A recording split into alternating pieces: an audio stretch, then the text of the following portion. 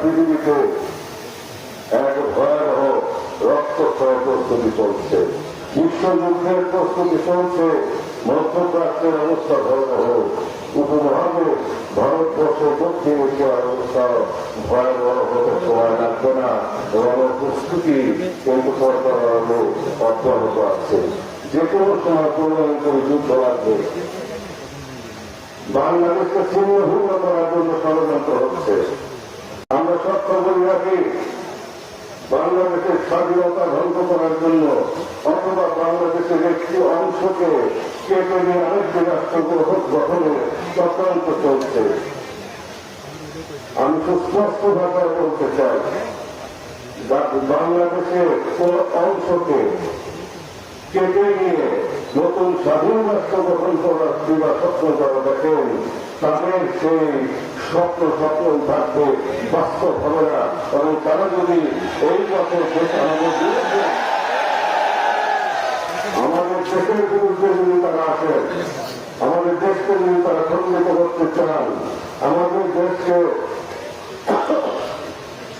দেশের কোন অংশ নিয়ে যদি তারা আরেকটি রাষ্ট্র গঠনের চক্রান্ত করেন এবং সেখানে যদি তারা শক্তি প্রয়োগ করতে আসেন, তবে তাদের এদেশে গণমানুষ, বাংলার মানুষ, বাংলার 19 কোটি মুসলমানের রক্ত থাকতে তাদের এই অপচেষ্টা কোনদিনই সার্থক হবে না।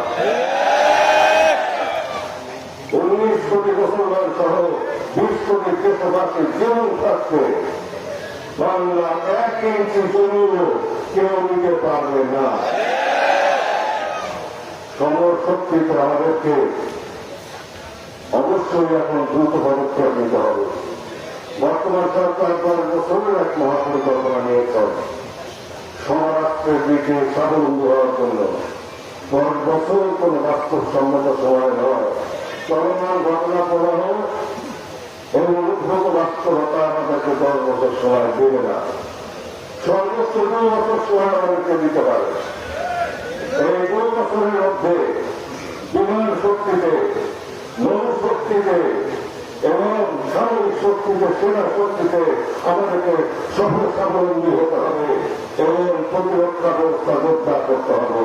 সরকারের হাতে যদি অক্ষরা থাকে, সরকার আমরা দেশবাসীকে সংঘবদ্ধ করে সরকারের হাতে অর্থ করে দেব, কিন্তু প্রতিরক্ষার ব্যাপারে কোন আপোষ করা যাবে না।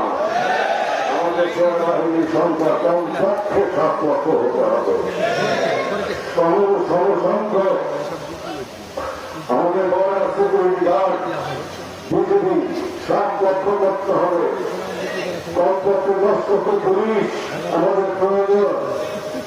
সেই সঙ্গে আনসারের সাথে, কর্মরত আনসারদের সাথে ভিডিপি, ভিলেজ ডিফেন্স ফোর্স বা গ্রাম পুলিশ তাদেরকে একাত্ম করে সামরিক শিক্ষায় শিক্ষিত করতে হবে অতিবিলম্বে।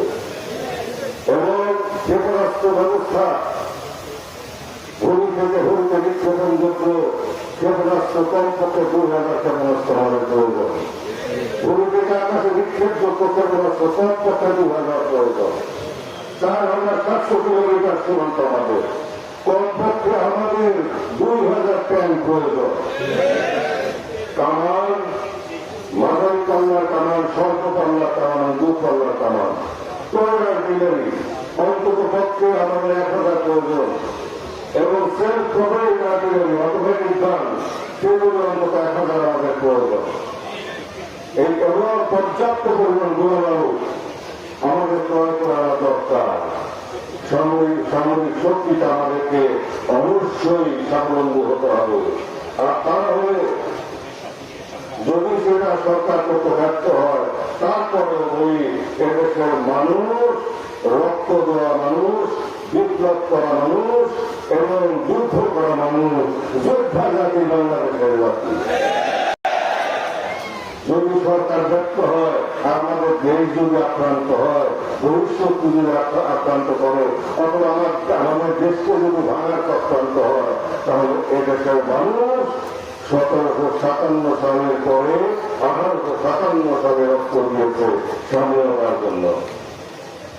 ভোগের বিপ্লবের সময় রক্ত দিয়েছে, ফরায়েজি বিপ্লবের রক্ত দিয়েছে এবং 1947 সালে রক্ত দিয়েছে স্বাধীনতার জন্য। 1971 সালে রক্ত দিয়েছে স্বাধীনতার জন্য। 1990 সালে রক্ত দিয়েছে গণতন্ত্র পুনরুদ্ধারের জন্য এবং 2024 সালে রক্ত দিয়েছে এই দেশের পরিকাঠামো, এই দেশের শাসন ব্যবস্থা ভিত্তিক করা স্বার্থে রাষ্ট্রের আমূল পরিবর্তনের জন্য, রাষ্ট্র শাসনের ব্যবস্থাকে আমূল পরিবর্তনের জন্য 2024 সালে দেশে জনমানুষ রক্ত দিয়েছে। অতএব আমরা যোদ্ধা জাতি, আমরা আত্মপ্রত্যয়ী জাতি, দেশের স্বার্থে আমরা ঐক্যবদ্ধ। আমরা ক্ষমতার উৎস নই, জাতির কয়েকটি কথা আমি বলতে পারি, আমরা ক্ষমতার উৎস নই। ক্ষমতা আমাদের কাছে মুখ্য নয়, দেশ আমাদের কাছে মুখ্য, জাতি আমাদের কাছে মুখ্য। এই মাতৃভূমিকে রক্ষা করার জন্য জাতির পার্টি একই সভ্য নেতা কর্মী সহ দেশের সমস্ত মানুষদের ঐক্যবদ্ধ করে বুকের রক্ত ঢেলে দেওয়া হল এদেশের স্বাধীনতা এবং সার্বভৌমত্বকে জাতির পার্টি রক্ষা করে। এত সহজ না, চেষ্টা করে দেখো, হাত ভেঙে দেওয়া হবে, কারো হাত ভেঙে তোলবার করবা হবে। আর বাংলাদেশের স্বাধীনতা, বাংলাদেশকে দখল করে নেওয়ার চক্রান্ত কোনোভাবেই সফল হবে না। 20 কোটি মানুষ, 19 কোটি মুসলমান ঐক্যবদ্ধ ভাবে এই মহাচক্রান্ত ষড়যন্ত্রকে রুখে দেবে। 1 ইঞ্চি জায়গা আমরা ছাড় দেব না। আমাদের বুকে রক্ত থাকতে, দেশের জীবন থাকতে, এদেশের স্বাধীনতার ব্যাপারে, জনগণের মুক্তির ব্যাপারে, জনগণের কল্যাণের ব্যাপারে এবং স্বাধীনতা সার্বভৌমত্বের ব্যাপারে আমরা কারোর সাথে আলোচ করবো না। টাকা দিয়ে আমাদেরকে কেনা যাবে না, ক্ষমতা দিয়ে আমাদেরকে কেনা যাবে না, কোন লোক দিয়ে আমাদেরকে কেনা যাবে না। আমরা আদর্শের ধ্বজাধারী, আদর্শের অনুসারী। সেই আদর্শ হচ্ছে দুনিয়া হাসানা, আখিরাতে হাসানা, দুনিয়া ও আখিরাতের কল্যাণ। সেই আদর্শ হচ্ছে মূল্যবোধের উৎকর্ষতাকে জনগণের সঙ্গে দেশবাসীর সঙ্গে উপস্থাপন করে সেই দলের দেশবাসীকে উন্নয়ন করা এবং পবিত্র দেশবাসী হিসাবে পবিত্র জাতি হিসাবে জাতিকে গঠন করা।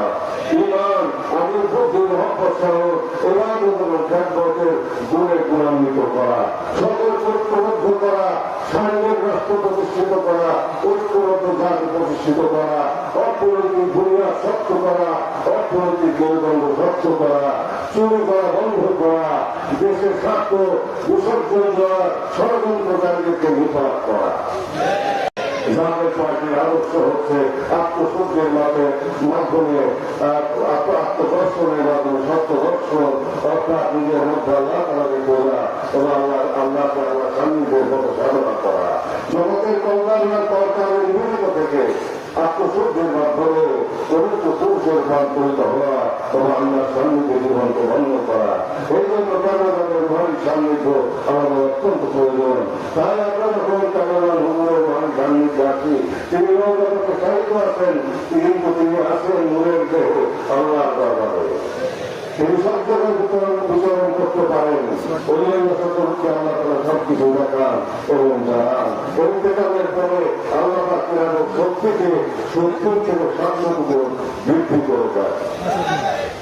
সেই মহাভাঙ্গের চরণ তলে বসে আমরা সবাইকে নিয়ে আত্মনির্ভরমুক্ত হতে চাই।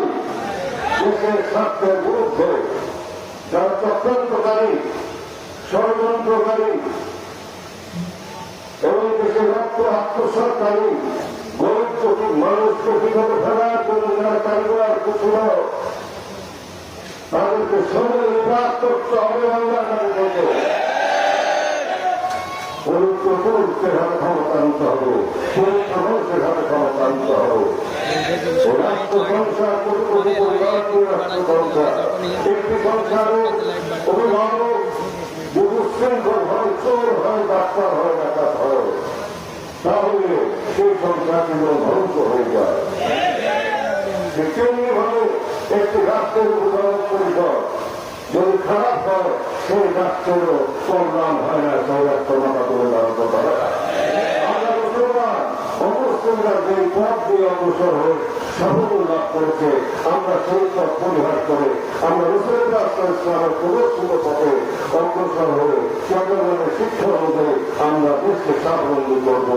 দেশকে আমরা অর্থনৈতিক ভাবে এবং সামরিক ভাবে আমরা প্রতিষ্ঠিত করব, বিশ্বের বুকে মাথা তুলে দাঁড় করাবো এবং দেশবাসী যাতে অর্থনৈতিকভাবে মুক্তি লাভ করে এবং দেশের প্রতিরক্ষা ব্যবস্থা জোরদার হয়ে আইন শৃঙ্খলা পরিস্থিতি নিয়ন্ত্রিত হয়ে তাহলে দেশের ভিতরে বিদেশের সমস্ত সাহায্য বা বিদেশের ইনভেস্টমেন্ট, বিদেশের বিনিয়োগ আসতে পারে। তাছাড়া প্রতিরক্ষা ব্যবস্থা জোরদার না করলে আর আইন শৃঙ্খলা পরিস্থিতি নিয়ন্ত্রণ আনতে না পারলে সেই দেশে বিদেশিরা বিনিয়োগ করতে আসবে না এবং মুসলিম দেশসমূহ বিনিয়োগ করবে না। তাই আমরা সেই দেশ গঠন করতে চাই যেই দেশকে নিয়ে সবাই ইচ্ছা করে, আবার গর্ব করে। এমন দেশ আমরা করতে চাই, সোনার মানুষ করতে চাই, সোনার বাংলাদেশ করতে চাই। যে বাংলাদেশের দিকে তাকে সবাই হতবাক হয়ে থাকবে তার প্রাচুর্যে, তার ঐশ্বর্য দেখে। আমাদের মাটির নিচে অনেক প্রাচুর্য, আমাদের সমুদ্রের নিচে অনেক প্রাচুর্য, কিন্তু আমরা তুলতে পারি না আন্তর্জাতিক চক্রান্তের কারণে। আন্তরিক চক্রান্তের কারণে অতএব মাত্র নমিন লাগবে এদের বাকিকে মুক্তি দেওয়ার জন্য। যে স্বাস্থ্যের তোয়াক্কা করবে না, জীবনের তোয়াক্কা করবে না, যিনি হবেন খোদাই শক্তিকে শক্তিমান, আল্লাহ শক্তি করা তুমি সরকার মোকাবেলা করবে, ষড়যন্ত্রকে মোকাবেলা করবেন। যার দোয়া আমরা ধর্মের দূর থাকবে, আমরা কবুল করবেন। যার দোয়ার করতে মাটির দিক থেকে, পানির দিক থেকে অনেক সম্পদ আল্লাহ তার বাংলাদেশে দান করবেন। সরকার পাঁচজন বলেছেন, বাবা বাংলাদেশ সর্ববিশ্বের সর্বশ্রেষ্ঠ ধর্ম রাষ্ট্র। সেই ধর্ম রাষ্ট্র হবে জাতির পানির হাত দিয়ে। সেই জন্য জাতীয় পার্টিকে তারা প্রতিষ্ঠিত করেছিলেন। ক্ষমতায় দেওয়ার জন্য একটি ঐতিহাসিক দায়িত্ব পালন করার জন্য, একটি ইতিহাস সৃষ্টি করার জন্য। তাই আমরা ক্ষমতাকে প্রাধান্য না দিয়ে আমরা সমাজের পরিবর্তনকে প্রাধান্য দিচ্ছি, আদর্শ প্রচারে প্রাধান্য দিচ্ছি, দেশবাসিত শান্তির পথে, শৃঙ্খলার পথে এবং জীবনের পথে, ভদ্রতার পথে আমরা ঐক্যবদ্ধ করার চেষ্টা করছি এবং করার পথে আমরা প্রচারণা চালিয়ে যাচ্ছি। আমরাও চেষ্টা করছি নিজেদেরকে পরিশুদ্ধ করার জন্য।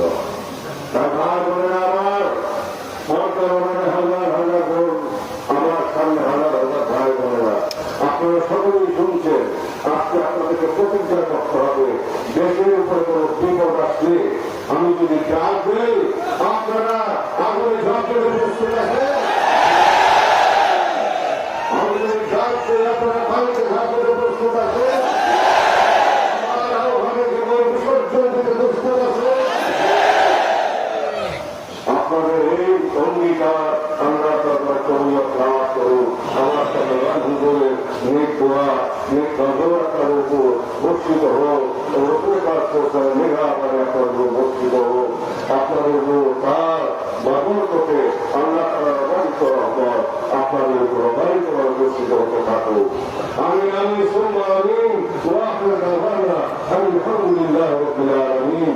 আসসালামু আলাইকুম ওয়া রাহমাতুল্লাহি ওয়া বারাকাতুহু।